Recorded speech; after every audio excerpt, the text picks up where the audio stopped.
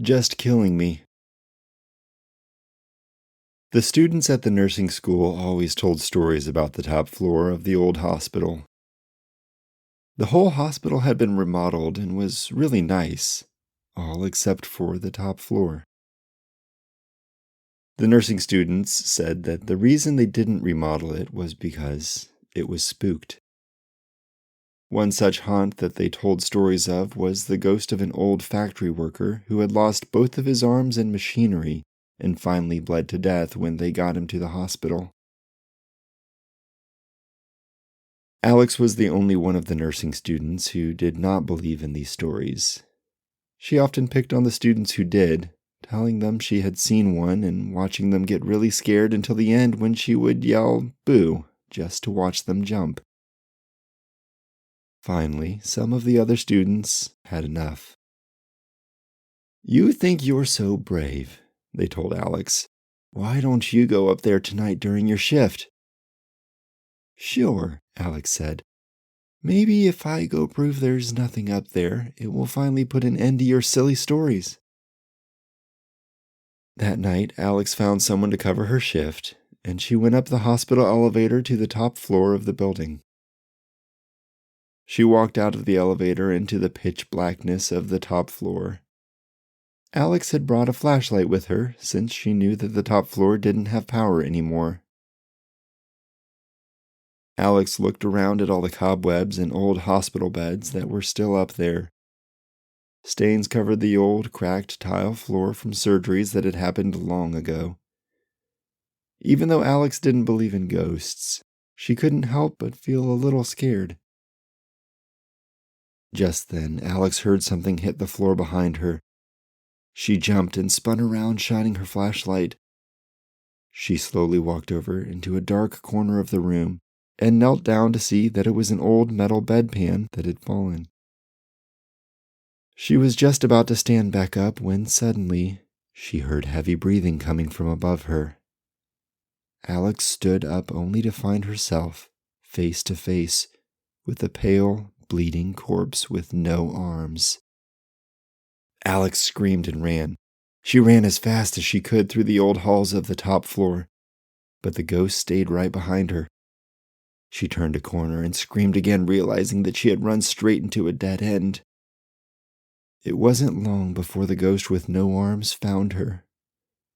Alex flattened herself against the wall and stood there, frozen with fear. The ghost walked right up to her. It came so close that she could smell its foul, stinking breath. Then it stopped and looked her dead in the eyes. Slowly, the ghost opened its mouth. "Pardon me," it said. "Would you mind scratching my nose? I have an itch that's just killing me."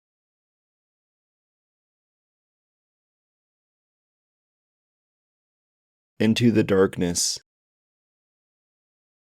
Jed and Joshua were late for a school dance and decided to take a shortcut down an old gravel road that they had once heard was haunted.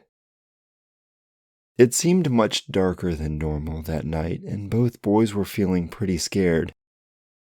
It seemed like dark shadows were moving all around them in the blackness, and it made Joshua feel more and more tense.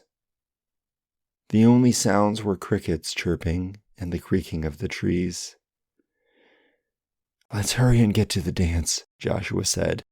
"I don't like it here at all."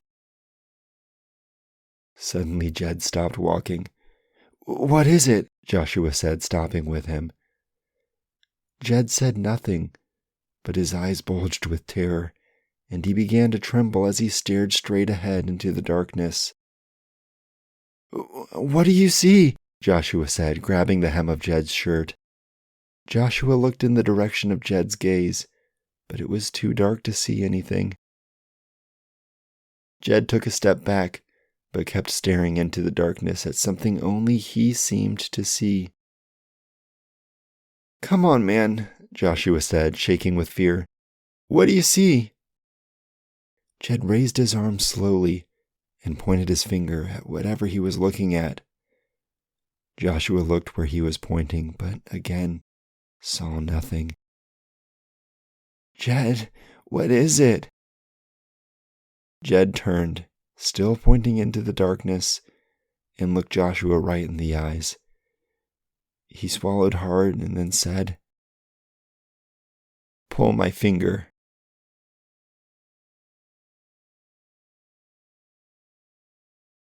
Sooner or later.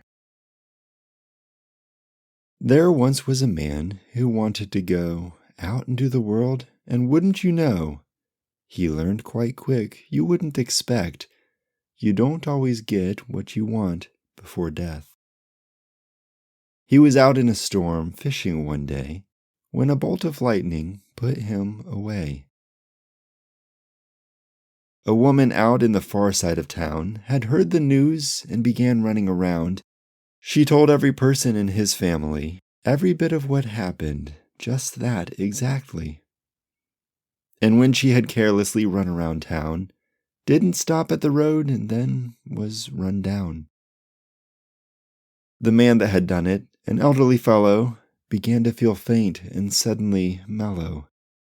A heart attack took him because of his strife of realizing he had just taken a life. What began with one man ends with another. Odd that one tragedy would come with some others. At his proceedings, his widow had asked, "Why, to the preacher, did this have to pass?" The preacher looked at her and then only said, "Sooner or later, we all will be dead."